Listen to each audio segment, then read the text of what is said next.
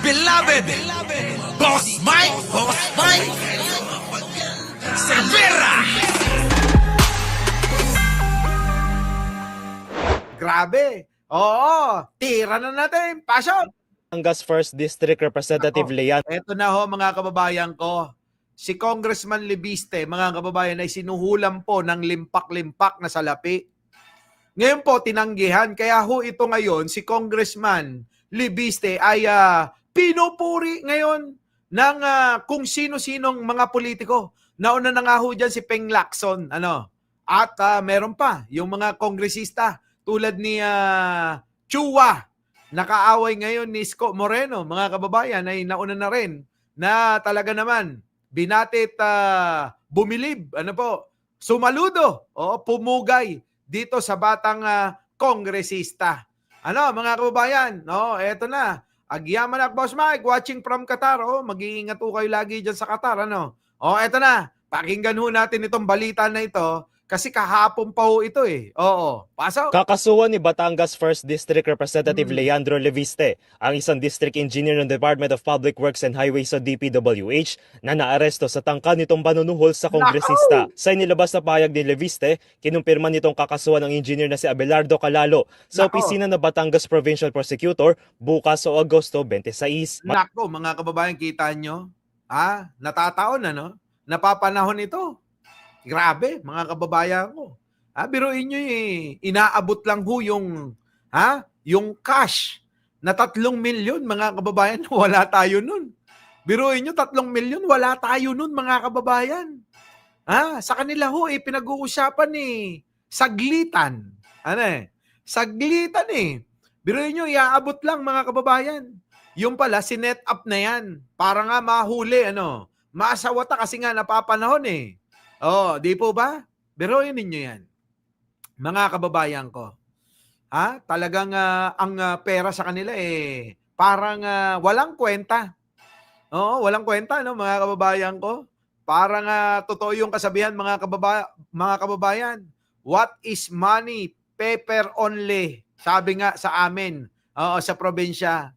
Sabi ng mga kaibigan ko sa probinsya, diyan sa Pangasinan at sa may Ilocos, Ilocos Sur, sabi nila mga kababayan what is money? Paper only. Ay, grabe mga kababayan ko. Alam nyo, pag nagkita-kita mga magkakaibigan, magpipinsan, magkakamag-anak, grabe ang yabangan. Syempre, dala-dala ang mga pinakamagaganda na nilang mga sasakyan. Lalong-lalo na mga kababayan ko, kapag mayroong reunion, kailangan dalin lahat. Yung kayamanan, isuot sa katawan.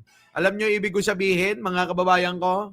Ganon Parang sila, kita nyo, mga kababayan ko, 3 million mahigit cash, dala-dala ho, mga kababayan. Inabot po dito sa batang kongresista na si Libiste. Grabe, matindi. Alam nyo, mga kababayan, mas maigi na ho na mabuhay tayo ng payapa, sakto lang, wag na ho natin nanaisin, mga kababayan, yung sobra-sobrang yaman. Sa totoo lang ho, mas masaya ho yung sakto lang.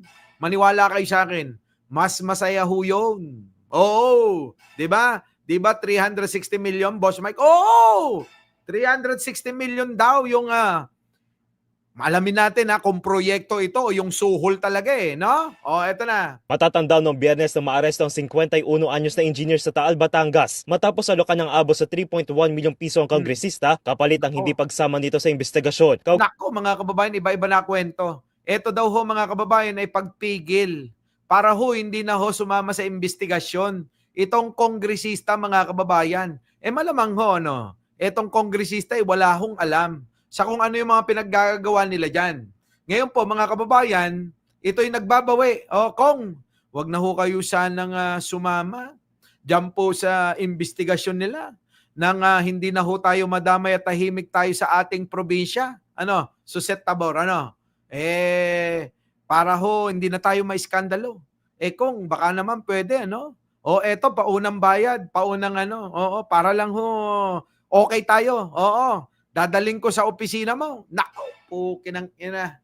Grabe, mga kababayan. Oo, dala-dala ho, mga kababayan eh. Oo, 3.1 million cash. Grabe. Alam nyo, usapan dyan, cash to cash. Wala hong mga bank transfer, ganon. Wala hong GCash, ganon. Wala hong ganon. Kapag ka etong mga ito, mga sistema nito, para ho walang trace. Ano? Walang paper trail.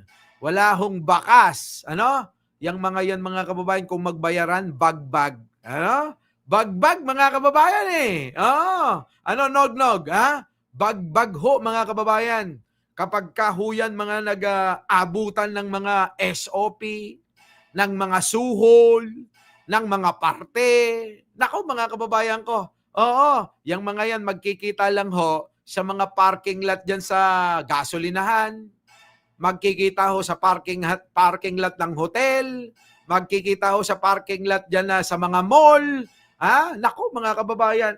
Ganyan, makikita nyo, nag-aabutan ng mga bagbag, ano? Grabe, oh. Sabi ni Delia Tisorio, good evening, Sir Mike. Ang ganda ng kulay ng shot mo. Ano ba yon? Sabi ni Roel San Pedro, Boss Mike, paano yung 51 billion sa Davao? Eto na nga. Oo, ito'y nasabi na natin na kaninang umaga yata na etong red ribbon, no? Hindi ho blue ribbon. Red ribbon ho ito eh.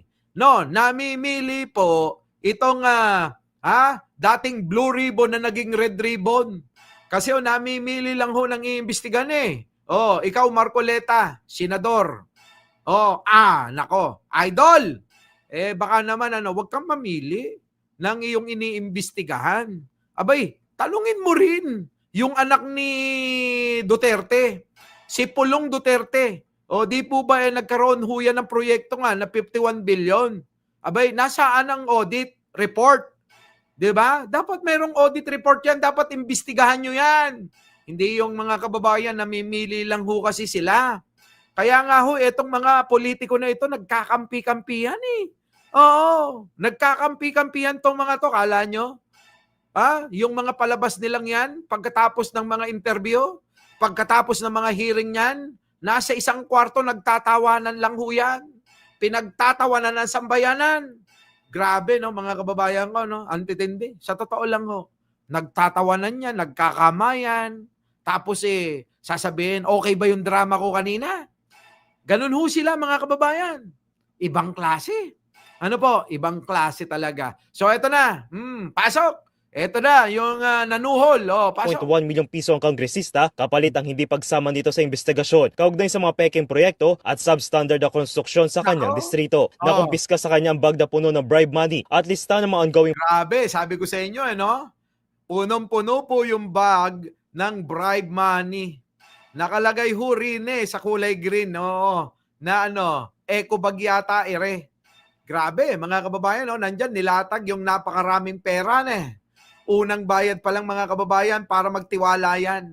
Huwag ka lang sasama diyan sa isinasagawang investigasyon para matahimik ang ating bayan at wala na tayong magiging problema. Magkakapera ka. Congressman, 3 milyon mahigit itong dala ko, pauna pa lang ito. Nako, grabe. Sarap, ano? Biruin nyo, mga kababayan, susuhulan kayo ng 360 million pesos. Saan pa kayo niyan, mga kababayan ko? Kaya alam nyo, kahit ano siguro ang bait nyo. Kahit na siguro anong bait nyo, kapag ka nakita nyo yung sako-sako na mga pera, biruin nyo, 360 million, suhol nila. Mga kababayan, hindi na ho kayang buhatin basta-basta ng isang tao yan Lalong-lalo na ho yung congressman na si Libiste. Payat maliit mga kababayan, hindi na ho niya kayang bitbitin yun, napakarami. 360 million! Grabe, ino-offer, tuloy. Project ng DPWH na nagalok din ng malaking bahagi na 15 to 20% para sa mga proyektong popondo. Tignan nyo, mga kababayan ko, yung mga ginawa nila. Yan po ang nangyari sa flood control project. Hindi ho natapos. Ayan, nagkasira-sira. Hindi pa ho mga kababayan nalalagyan ng mga simento, wasak-wasak na yung gabay nila. Nakaw, grabe. Oh, tuloy. ng 2026 budget. Samantala noong linggo ay patuloy ang inspeksyon ng kongresista sa Mm. mga nasirang flood control projects ng DPWH sa Mm. mga LGU at ilang barangay sa Batangas. Mm. Kabilang dito ang katatapos lamang ng proyekto sa Ilog ng Lian. Kita nyo mga kababayan, katatapos lang pero giba-giba na. Kakapal ng mga muka. Biruin nyo, walang hanggan, ano? Biruin nyo kapag hindi ho binisto ni Pangulo ito. Ha? Malamang ho mga kababayan, humihingi na naman ng mga pondo. Ayan, no? Katatapos lang, giba-giba na naman. So, syempre, nagiba na ho yung flood control. Nasira ho kasi malakas ang bagyo. Malakas ho ang current ng tubig. Hindi ho kinaya ng flood control. Kaya kailangan na naman uli namin ng pondo para po kumpunuhin ito. Grabe, no? Mga kababayan, ano? Grabe! Oo. So walang katapusang kita talaga, no? Ha? Ang sarap maging district engineer. Ang sarap maging empleyado ng DPWH. Ang sarap maging kongresista. Ang sarap maging politiko talaga. Kaya wag na kayong magtaka kung bakit halos makipagpatayan ng mga Duterte para maagaw ang kapangyarihan ng Malacanang. Kasi nga ho, kung yung mga kongresista, limpak-limpak ang kinikita, kung ikaw ang nasa isip mo mangurakot lang, abay talagang makikipagpatayan, makuha lang ang kapangyarihan. Ano? Mga kababayan, dito sa Japan, iba, kahit maayos pa, kung may kitang budget, papalitan ng bago, naku, ganun dapat. Dapat yan, foreign partnership, sabi rito ni Benjamin Bernardo. Si Sinaida, nandiyan dyan na taga-Ordaneta, na imbag na bigat apo. Ito na, Ligaya Villarba, loyalista. Pasok. Paliko, Binambang at Pansipit na nasira agad kahit na umabot ang 1 bilyon ang pondo nito at ilang pang proyekto na nasira sa mga nagdaang bagyo. Grabe, no? Mga kababayan ko, 1 bilyon ho ang ginastos din Tapos makikita natin ganyan tayo ho mga kababayan, pera ho natin yan. Pera ho ng sambayan ng Pilipino yan. Hindi ho nila pera yan. Pero ho dahil sa kagahamanan at talagang mahal nila ang pera, nagagawa ho nila, lokohin tayo. Tayong mga Pilipino. Kaya nga ho mga kababayan, alam nyo, sabi nga nung kakilala ko, abay ang problema ng korupsyon sa bansang ito ay cancer stage 4 na. Stage 4 cancer kung may hahalimbawa, mga kababayan? Pondo nito at ilang pang proyekto na nasira sa mga nagdaang bagyo. Nauna nang pumuri si Senador Ping Lacson sa aksyon na ito ni Leviste. Nako, yan, pinuri na ho ni Ping Lacson itong aksyon ni, ito yung neophyte pala to. Bagong-bagong kongresista, mga kababayan. Bago-bagong kongresista itong si Leviste. Batangas 1st District. Nako, mga kababayan ko, sana lahat ganito, Sana ganito lahat, mga kababayan ng mga kongresista. Alam nyo, mga bata ito. Wala ba kayo napapansin? Boss Mike, 1K na nanonood, 300 lang yung likes. Nako! Hayaan mo na sila, pay mura. Kung ayaw nila ako, wala tayong magagawa. Baka naman nag-i-enjoy lang sila na manood sa atin, eto na mga kababayan ko. Eto pansinin nyo. Sabi dito, engineer, ayan district engineer who tried to bribe him with up to 360 million in cash from infra projects in his district. Grabe mga kababayan, 360 million. Ito, balikan ko yung napansin ko. Sana umayong kayo. Panahon na ho ba na kailangan ang mamuno sa ating bansa ay yung mga bata? Magkakatotoo na ba po ba yung pong talinghagang salita ng ating pambansang bayani? Nasabi ni Jose Rizal, mga kababayan, ang kabataan ang pag-asa ng bayan. Mukhang mga kababayan kailangan na po yata natin na puro kabataan na. Ang ipalit natin sa mga namumuno sa ating bansa, Kasi kita nyo ito. Ha? Si Congressman Leandro Libiste. Batang-bata rin mga kababayan eh. Ano? Hindi kaya? Kailangan na natin ng mga bata, mga kababayan. Palitan na natin itong mga matatanda. Grabe eh. Ano? Yung mga matatanda kasi para bang nag-aabol lagi. Sa parang bang sa kahuli-hulihang buhay nila, abay gusto nila, abay makakamal-kamal na ng kwarta. Ano po? Ha? Para siguro i-secure yung kanilang maiiwan na pamilya. Pero itong mga bata kasi mga agresibo. Lalong-lalo na ho mga kababayan, ano? Kung ikukumpara natin, ito hong sila Vico Soto, Sandro Marcos, at ito na nga, bagong sumisikat, Congressman Leandro Libiste, mga kababayan. Mga bata ito eh. Oo. Ano? Mga bata. Kaya mga kababayan ko, dito sa aming lugar, ano? Bata rin yung nanalo. Oo. Yung pong namayagpag ng dekada na pamilya, ano, sa pagiging kongresista, aba mga kababayan, tinalo ng bata sa amin eh. Oo, hindi ko nababanggitin kung saan, ano? Mga kababayan ko, panahon na siguro na talagang kailangan na natin na baka pwedeng subukan yung mga bata naman ang maging leader ng bansang ito. Ano po, mga kababayan ko? Yung mga matatanda, sinubukan na natin. Sinubukan na natin, pinakamatanda si Digong. Ayun, nakakulong dahil sa mga kaso, nakarumal-dumal. Ano? Di po ba? Mamaya talakayin natin. Alam niyo po ba nung panahon niya binulgar niya rin naman ito. Pero mga kababayan, walang nangyari. Para po bang ginawa lang na dahilan kunyari. Alam niyo mga kababayan, si Digong ganun eh. Oo.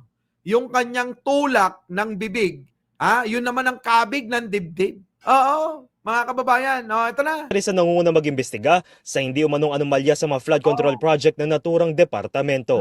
Para sa MBC TV Network News, ito si Dustin Bayog ng DZRH. Ayan batang-bata mga kababayan ko. Batang-bata, ano?